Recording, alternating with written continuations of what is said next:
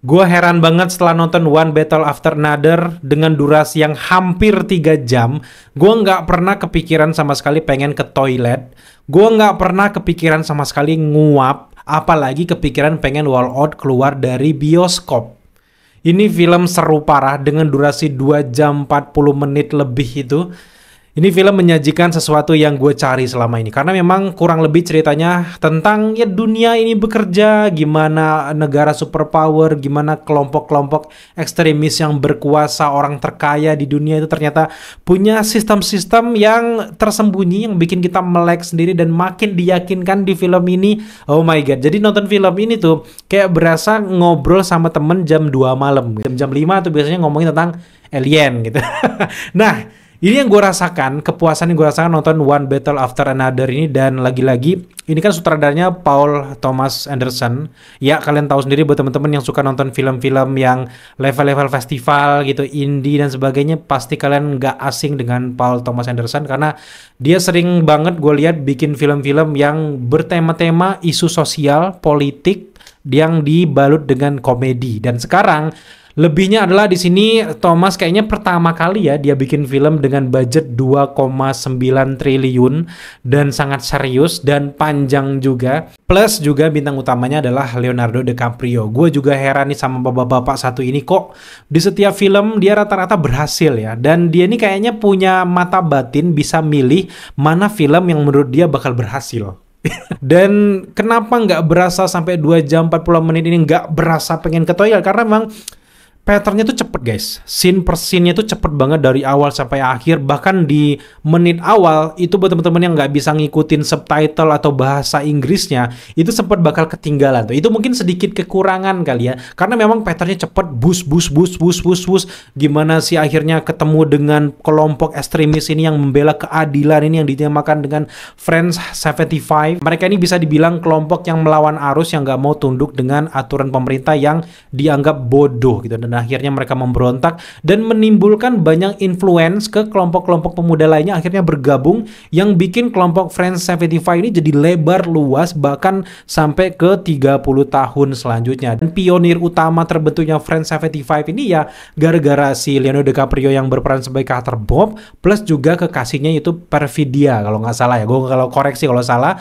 Nah, uniknya di sini antara pihak keamanan, kolonel, TNI lah ibaratnya kalau kita di Indonesia, itu sama si Perfidia ini kekasihnya si Bob ini punya hubungan. Jadi intinya ada hubungan segitiga panjang di sini antara si Bob tukang rakit bom ini dengan kolonel yang benar-benar membela pemerintah Amerika Serikat.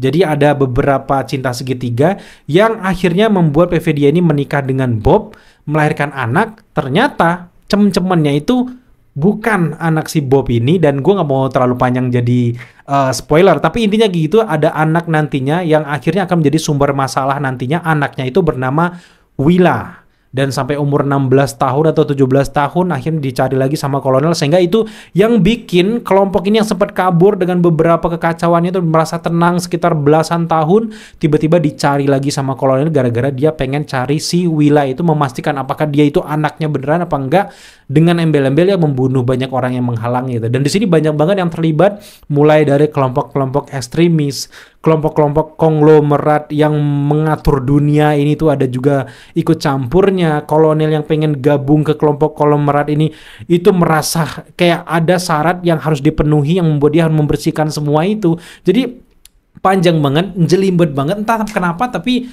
untuk orang yang nggak ngikutin perpolitikan pun, cewek-cewek gue lihat di samping-samping gue tuh nyaman banget ngikutinnya, karena memang patternnya cepat banget, wus, bahkan di 10 menit awal film dijelasin langsung, ini ada kelompok Friends 75, ada kelompok-kelompok ekstremis yang suka demo, ngelempar bom molotov dan sebagainya, ngelempar kembang api gitu.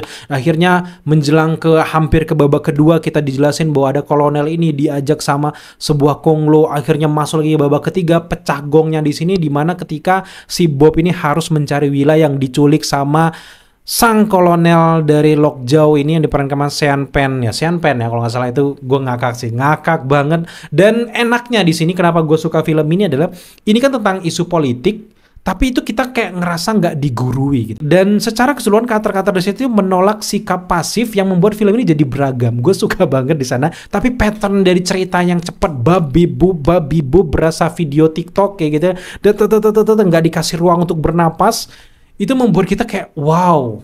Enak banget nontonnya dari awal sampai akhir. Memang di awal-awal kita agak bingung. Aduh, kenapa nih kamera goyang-goyang? Aduh. Tapi setelah kita ikutin dari awal sampai akhir filmnya, kamera goyang ini jadi kayak ngasih kesan alami yang gue suka banget gitu. Karena memang dasar cerita film ini kan bukan yang embel-embel sembarang dibikin gitu. Karena ini memang juga berlandaskan dengan novel ataupun buku dari Finland. Kalau tahu Finland itu dirilis di tahun 1990-an.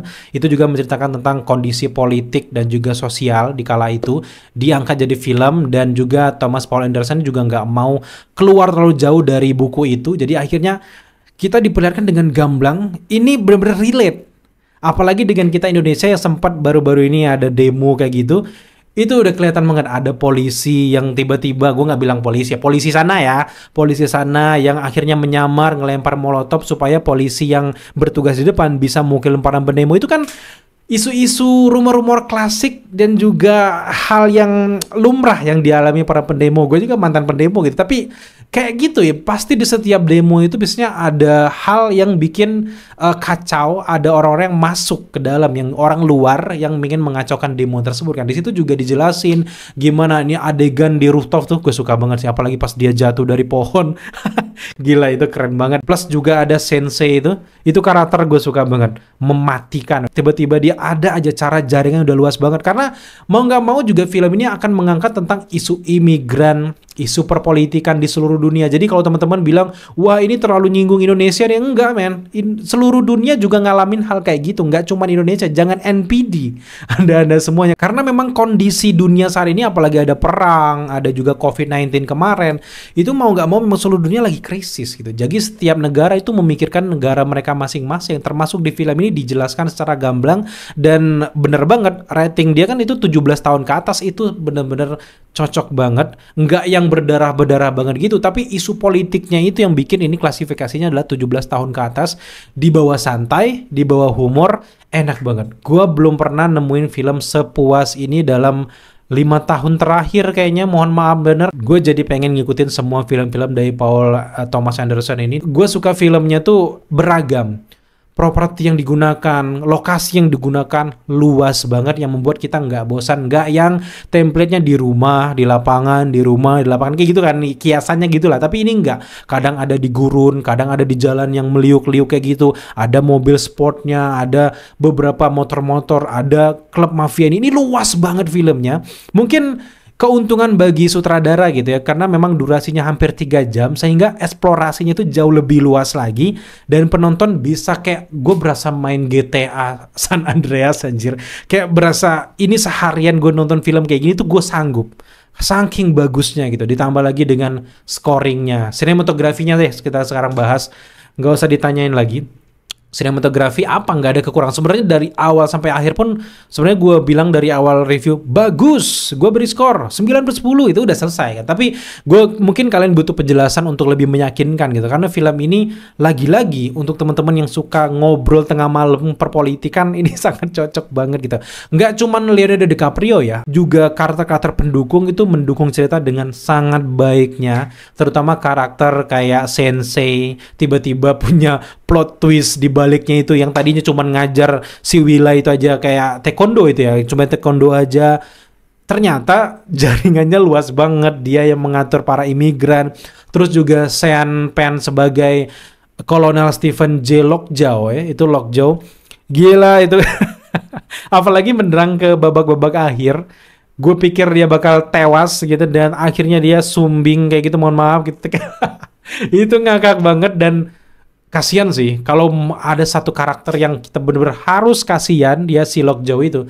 Mana dia terjebak dengan imajinasi seksualnya, terus tiba-tiba ambisi perpolitikannya.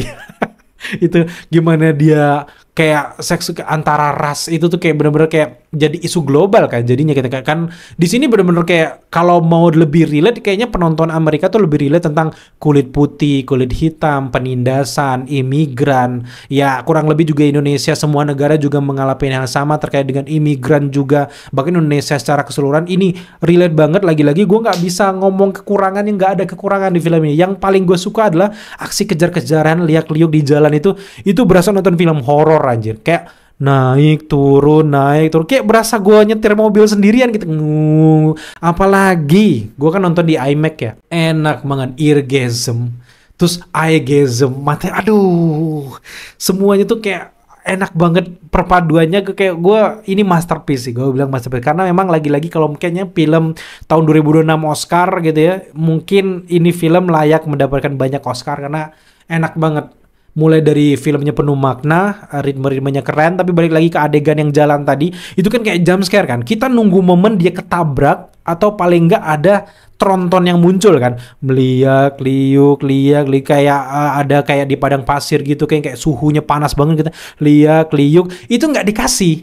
Sampai beberapa menit, kayak gitu panjang banget, 10 menit itu nggak dikasih tabrak atau jump scare. Baru pas di adegannya kita nggak sangka-sangka, tiba-tiba, beuh. Gila, padahal kita udah tahu tuh karakter Willa ini lagi nyetopin mobilnya di sana, itu pasti ketabrak, tapi gue nggak expect bakal lagi nyetir, fuck, gila, itu Willa juga keren banget dan ya semuanya logis.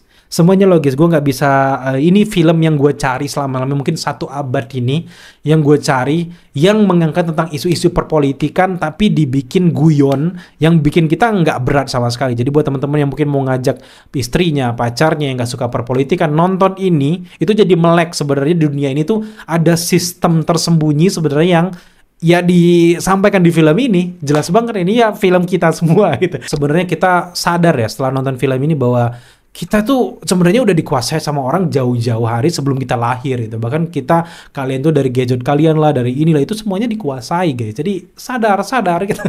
Dan di akhir review setelah menyaksikan One Battle After Another ini, gue puas banget dan dengan sangat yakin gitu. Kalau ngasih 100/100 kayaknya agak susah ya, karena yang pasti ada beberapa kekurangan, tapi setidaknya di sini gue merasa minim banget kekurangan. Jadi One Battle After Another ini sangat layak untuk diberi skor 9 dari 10. So thank you buat teman-teman udah menyaksikan review ini, dan thank you juga buat kalian yang udah rekomendasikan di kolom komentar di bawah untuk nonton film ini. So sampai jumpa di video review selanjutnya.